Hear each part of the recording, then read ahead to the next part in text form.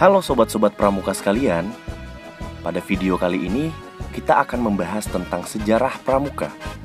Namun sebelum kita masuk dalam pembahasan, bantu support channel ini jika video ini bermanfaat untuk sobat-sobat sekalian dengan cara like, komen, subscribe, dan aktifkan loncengnya ya.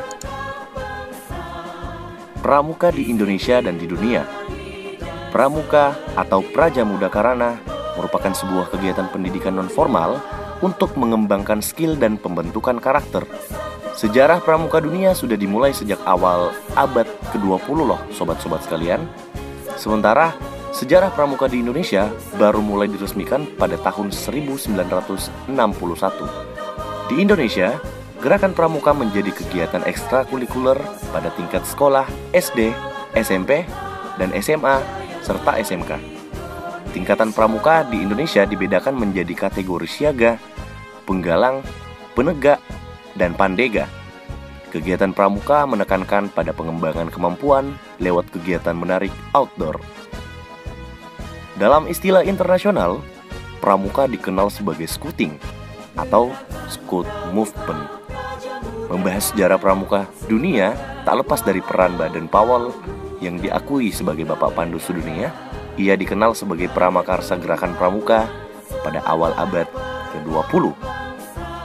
Sementara di Indonesia, gerakan kepanduan atau kepramukaan diinisiasi oleh berbagai organisasi yang dibentuk pada masa perjuangan kemerdekaan dan diperkuat oleh adanya momen Sumpah Pemuda pada tahun 1928.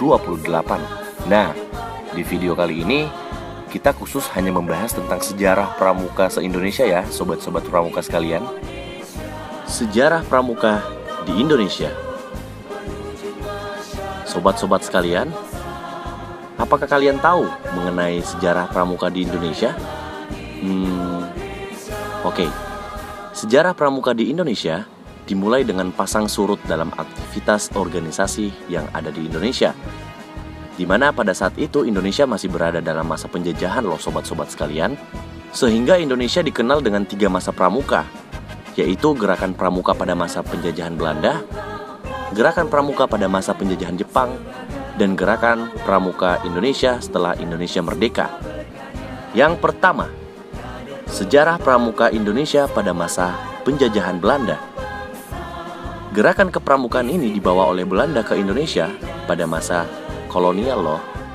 Didirikan oleh Belanda dengan nama NIPV. Dalam bahasa Indonesia dikenal dengan Persatuan Pandu-Pandu Hindia Belanda.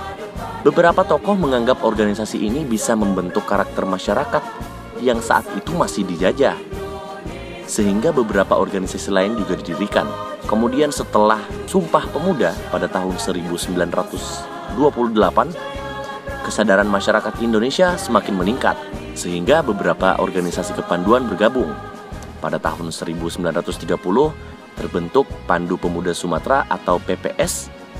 Pada tahun 1931 terbentuk Persatuan Antar Pandu Indonesia, yang kemudian pada tahun 1936 berubah nama menjadi Badan Pusat Persaudaraan Kepanduan Indonesia atau BPPKI. Nah, BPPKI ini melakukan kegiatan perkino atau perkemahan kepanduan Indonesia. Perkemahan inilah yang menjadi cikal bakal pelaksanaan kegiatan Jambore hingga saat ini loh sobat-sobat sekalian.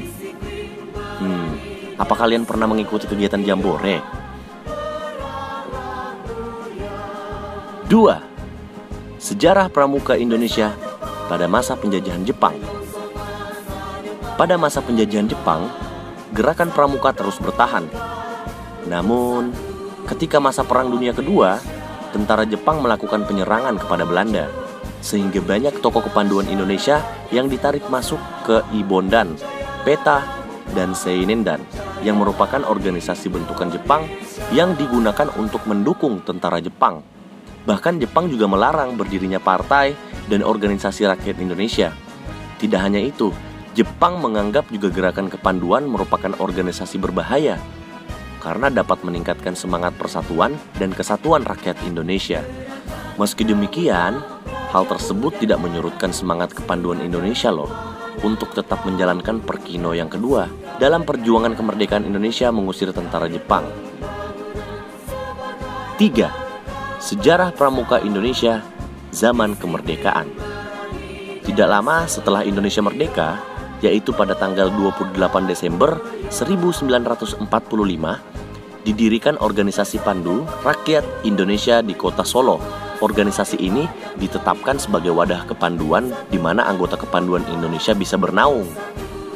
Nah, pada tahun 1961 terdapat sekitar 100 organisasi kepanduan di Indonesia yang terbagi menjadi 3 federasi organisasi, yaitu Persatuan Kepanduan Putri Indonesia, Ikatan Pandu Indonesia, dan Persatuan Putra-Putri Indonesia.